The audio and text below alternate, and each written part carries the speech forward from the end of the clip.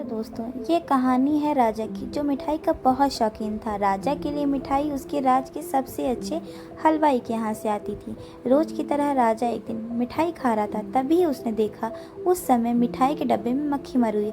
यह देख के राजा को बहुत गुस्सा आ गया।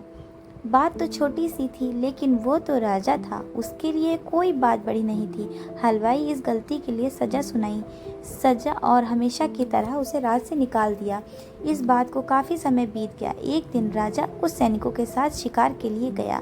जंगल में थोड़ा अंदर ही उन पर लुटेरों ने हमला कर दिया। लुटेरों ने सब कुछ लूट लिया और राजा के सैनिकों को मार दिया।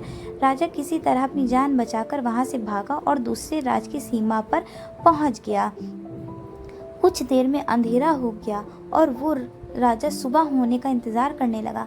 अगले दिन वो राजा उस राज्य के लोगों से मदद मांगने लगा, लेकिन दूसरे राज्य के लोगों ने उसे भिखारी समझकर उसकी तरफ ध्यान नहीं दिया और वो राजा भूखा प्यासा भटकता रहा। थोड़ी देर बाद एक व्यक्ति उस राजा के पास आया और बोला, महाराज आप यहाँ इस हालत में कैसे? राजा बोला, कौन हो तुम और मुझे कैसे जानते हो? उस व्यक्ति ने कहा, महाराजा मैं वही हलवाई हूँ जो अक्सर आपके महल में मिठाई भेजा करता था। राजा ने उससे सारी बात बताई।